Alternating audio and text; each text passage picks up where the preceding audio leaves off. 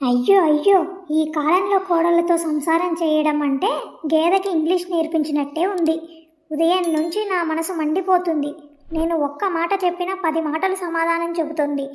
ఈ ఇంట్లో నా మాటకి విలువ లేకుండా పోయింది. ఏమైంది అత్తయ్య?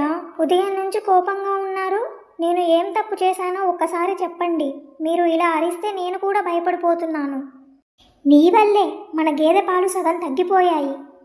అయ్యో, నేను ఇంట్లో ఉన్నాను, గేదె పాకలో ఉంది. మధ్యలో నేనేం చేశాను? అమ్మా, గేదె పాలు తగ్గితే కోడలేం చేస్తుంది? నీకు తెలీదురా, జంతువులకు కూడా మనుషుల ప్రేమ కోపం అర్థమవుతుంది. అత్తయ్య, మరి గేదె మీ మీద కోపంగా ఉందేమో. నా మీద? నేను రోజు దానికి పచ్చిగడ్డి పెడతా, నూనె రాస్తా, పేరు పెట్టి పిలుస్తా. అమ్మా, నాకైనా అంత ప్రేమ చూపించావా? నువ్వు గడ్డి తినవు కదా. ఏంటి కాదమ్మక్క, మళ్ళీ ఉదయాన్నే సభ మొదలు పెట్టేశావా?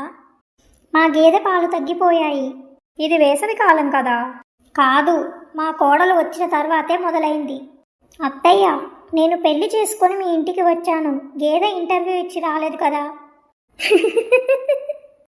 ఇప్పటి నుంచి గేదెకు గడ్డి నేనే పెడతా, నీ చేతిలో ఏ పని పెట్టరు.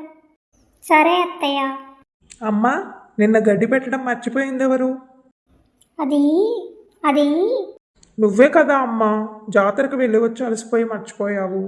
అత్తయ్య, గేదె పాలు తగ్గింది నా వల్ల కాదు, దానికి గడ్డి తగ్గింది కాబట్టి. కాంతమ్మ అక్క, తప్పు కోడలిది కాదు. ముందు నీ మతిమరుపుని తిట్టుకో. అయ్యో నిజమే, అనవసరంగా కోడల్ని తిట్టేశాను. అయ్యో పర్లేదు అత్తయ్య, కానీ ఇకపై గేదె ఏం చేసినా ముందుగా నన్ను నిందించొద్దు. అమ్మా, రేపు కోడి గుడ్డు పెట్టకపోయినా కోడల్నే అంటావేమో. అది కొంచెం ఆలోచించి చెబుతా.